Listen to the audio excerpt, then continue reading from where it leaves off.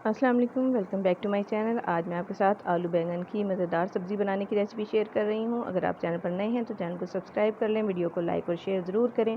तो चलें शुरू करते हैं अपनी रेसिपी। इसके लिए मैंने आधा किलो बैंगन ले लिए हैं, 2 टमाटर हैं, 2 ही आलू हैं और 2 ही हरी मिर्चें हैं। बस सिंपल सी चीज़ें हैं। टमाटर को बारीक बारीक स्लाइस कर लिया है, आलू को छोटे छोटे टुकड़ों में काट लिया है। मसाले भी बहुत कम जाएंगे इसमें। 1 टीस्पून भर के लाल मिर्च, 1 टीस्पून सॉल्ट और हाफ़ टी स्पून हल्दी। पैन में मैंने आधा कप घी का डाल दिया है। इसमें मैं आलू डाल दूँगी जो काट के रखे थे, और इसको इतनी देर के लिए फ्राई कर लूँगी कि इस पर हल्का सा कलर आ जाए, एक रोस्टेड सी इसकी शक्ल आ जाएगी। ये देखें थोड़ा सा कलर आ गया, इससे बहुत अच्छा इसका फ्लेवर बन जाता है आलूओं का। अब इसमें जो बारीक स्लाइस करके हमने टमाटर रखे थे 2 अदद, वो भी मैं शामिल कर दूँगी। टमाटरों को फ्राई कर लेंगे साथ आलू के, थोड़ा सा पानी ऐड कर लेंगे। अब इसको मिक्स करके हम कवर करके 2 से 3 मिनट के लिए रख देंगे। इस दौरान हम अपने जो बैंगन है वो काट लेंगे। बैंगन काटने के लिए मैंने ये किया है कि सारे बैंगन जो हैं छोटे छोटे स्लाइस में काट लिए हैं, जबकि 2 बैंगन जो हैं इनके मैंने छिलके भी उतार लिए हैं। अब इनको भी मैं हाफ़ में करके और इसके स्लाइसेस काट लूँगी, और ये जो इसकी डंडियाँ होती हैं इस पर मैंने क्रॉस का निशान लगा लिया है।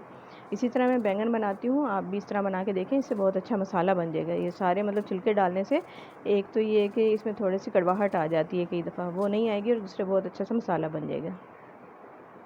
2 से 3 मिनट बाद हमने ढक्कन उठाया। अब टमाटर सॉफ्ट हो गए। ये देखिए, जैसे जैसे हम इसको भूनते जाएंगे टमाटर इसी में घुल जाएंगे। नमक, मिर्च और हल्दी भी शामिल कर देंगे, और इसके साथ इसको भून लेंगे हम। ये देखें, जैसे जैसे मैंने भूना है इसको, टमाटर बिल्कुल गल गए हैं। अब जो बैंगन हमने काट के रखे थे वो हम इसमें शामिल कर देंगे। बैंगन बहुत देर पहले नहीं काट के रखने चाहिए, बेशक अगर आप पानी में भी भिगो दें फिर भी वो काले हो जाते हैं। तो ये देखें, इसको हम मिक्स कर लेंगे। अब इसमें हम कोई पानी ऐड नहीं करेंगे।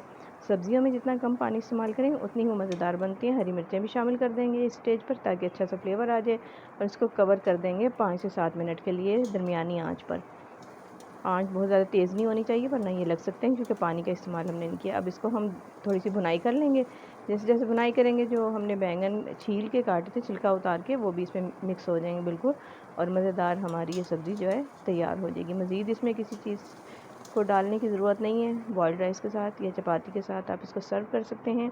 आई होप कि रेसिपी आपको अच्छी लगी होगी। Thanks for watching.